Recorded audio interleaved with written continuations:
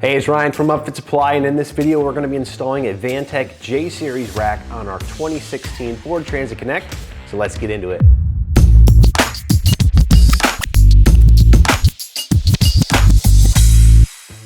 The tools we used for this install were some trim removal tools, a 12mm and 13mm wrench, some socket wrenches, 12mm, 13mm sockets, and a 4mm Allen wrench. Alright, so the Vantech J series rack, this particular part number fits the 2014 and later Ford Transit Connect, fits both wheelbases, and it's a pretty modular system. What I love about this is it's aluminum. You got these little extruded aluminum crossbars that are anodized black. Here's the same crossbars that they use, I believe, with their H2.1 racks, which are really nice as well. So it's just a really cool system where they've got these built-in tracks or channels on the top and bottom of the crossbars that allow you to put accessories and different stuff on there, so I like that. So before we get into putting this on the van, just a little bit of bench work we want to do here first. We got our 2 crossbars. You can also get this into 3 crossbar, so the installation is going to be basically the same. First thing we want to do, or the first thing that we want to do, is put in our rubber bar guards. And so with these, we just need to put these in the channel on the top of these crossbars. And there's a couple of different ways that you can do it. You know, mine are pretty flat now. A lot of times when they're shipped to you, they're kind of curled up like this. So, you know, one thing you could do is you have it nice and flat. You can put it in one end and just slide it all the way through. But a lot of times this is kind of hard to do if it's all, you know, in a circle and, you know, not in a straight, nice and flat like this. And so the other thing that you can do is just use your thumb and press it in here. That works fine too. One of my cheats is I like to use a piece of PVC. This is like 1.5, and you can just roll it in.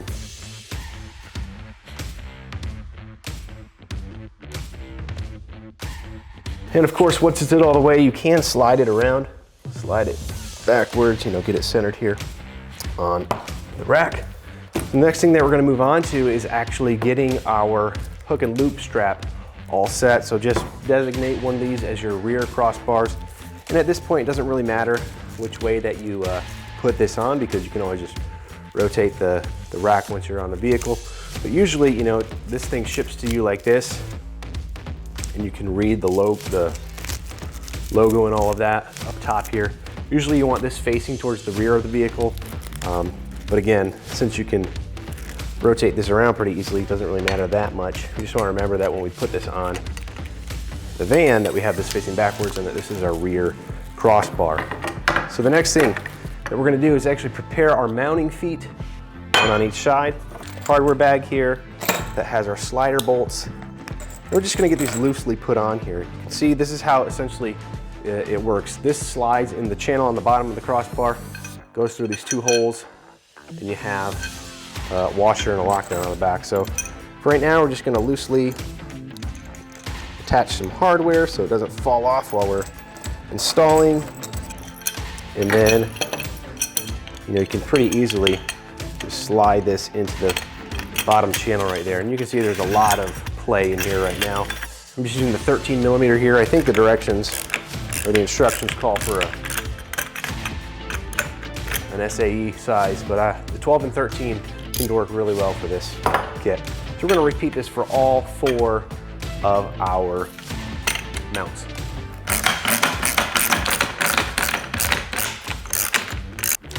All right, so we got our 2 crossbars done here. Again, these have a lot of play because we're going to want to center this on top of the van once we get it in place. Another piece of bench work, you don't have to do this now. You can do this once it's on top of the van if you want to. But we're going to put our little end mounts, sit like this, that prevent things from sliding off the side. And so we've got 4 of them, 2 per crossbar. And these attach using these little button head Allen screws, the washer, through this little hole in the bottom, 2 of them per side. And I'm using a HW4, there's a metric 4 Allen socket. You can also use an Allen head or just an Allen wrench. Again, I think the installation instructions call for some US size, but I seem to just get stuck on metric, and it seems to fit this hardware a little bit better for some reason. Once everything's on the van, we're gonna tighten everything nice and good. Biggest risk you have with these is just cross-threading in these little threaded channels, if you will. And you know, this is a lot easier to do here on a workbench than up in the air. So that's why I prefer to do it like this. Okay, one other piece of bench work that we're gonna do before we get out of the van, it's actually a later step, is just preparing our accessories. And for this is our ladder stop. And the way that this works is you have kind of a part here that almost has like a handle on it, and then you've got a rubber dipped part, and they just kind of line up like this. Again, this is going to be mounted on a channel, so there's a little slider bolt under here. Put it in here, show you in a little bit, and your ladder stops right up against that. So for this, we're just taking our, I believe these are 12mm bolts, washer on either side, through both of these brackets, through the other side, washer, lock nut. So you only need to go through 2 of these. You know, you don't need to go overkill and have 4 bolts for this little thing that just holds the ladder. But there is some adjustment, you know, depending on your ladder size and all that, you may want to size this differently. You want to go through these top holes and the bottom holes, or something like that. Whatever you need, but you just need 2 through here. And it's a 12mm, I think they call it a 1/2 inch in the instructions on the bolt side, and it's 13mm on the nut side. Then on the bottom of kind of this handled bracket, you got 2 holes down here. This is where the slider bolt's gonna go in. Actually goes in through the top, like that. On the bottom, we're gonna do a washer and a lock nut. So you don't wanna get it too tight, the slider bolt too tight on here, because, you know, I'll show you, on the bottom here, there's a channel. And you get this slider bolt separated from the bracket. It's gonna go in this little spot here. Slide it into the channel, and it's just kind of an integrated little ladder stop here. That's one of the reasons I like the J series, is you can do all this kind of stuff with accessories on these channels, or if you have any other type of accessories, lighting or whatever, you can use slider bolts or just you know, bolts with a washer on them and mount things inside these channels. So it's really great. Now we're gonna move on to mounting this on the actual vehicle, so let's get started. So just a couple of things about the Transit Connect. We have the long wheelbase here, and on the long wheelbase you have 5 mounting locations. You've got 1, 2, 3, 4, and 5. I don't know if the short wheelbase has less mounting locations than this. I'm not that familiar with the short wheelbase. But on ours, you know, you got to figure out where you want your crossbars to sit. It's optional. You can use any of these. If you have a 3-bar kit, you may want to do 5, 3, and 1. We did an install of an H1 on here, and that's what we did, 5, 3, and 1. If you have a 2-bar, I think what makes sense is 5 and 2. If you mount it 5 and 2, that gives you basically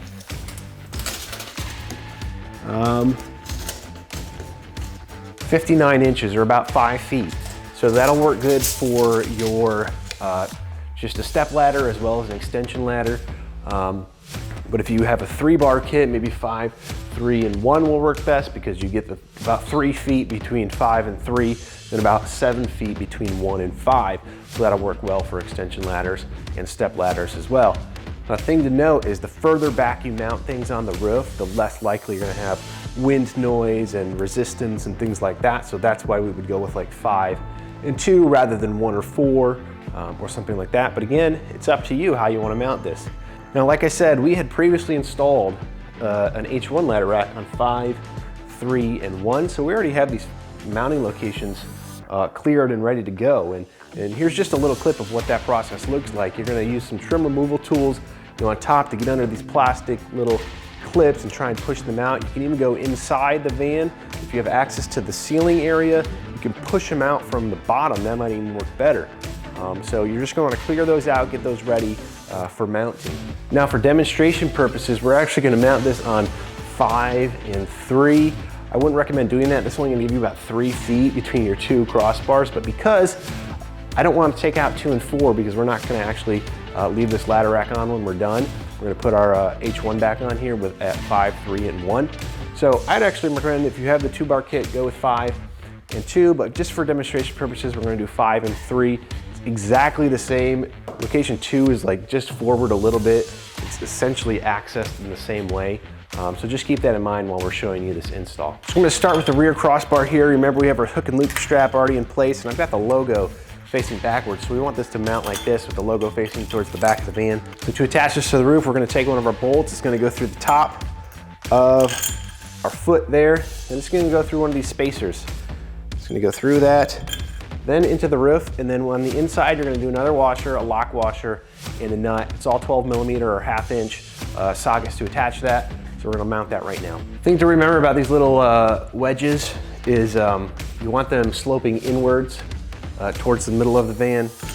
And I'm actually gonna put these through here first because they are a little snug and just kind of stick there. That way I'm not scratching up my van. Just gonna get everything loosely attached, both inside the van with our hardware and all of our other hardware is still loose. And everything kind of just snug a little bit, and then we're gonna go through, center it, and then we're gonna tighten it all the way.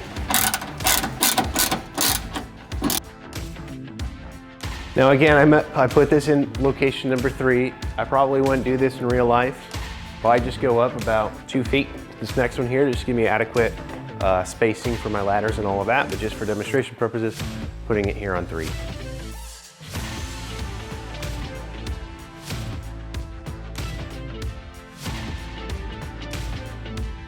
So now I'm just gonna go through with my tape measure, make sure that these crossbars are centered on the van. I wanna get it as close to center as possible. And I'm gonna tighten kind of from top to bottom. I'm gonna make sure that these little slider bolt nuts are nice and tight. Then I'm gonna move down to the actual mounts on the interior of the van, then it'll be secure. The other thing that you wanna do with your uprights here is just make sure that you're about a 90-degree angle with the top of the van and that there's nothing wonky going on with how these are mounted on there. Remember, you're at 13mm on the nuts and 12mm on the bolts. The lock nuts, I should say, are 13mm and the regular nuts are just 12.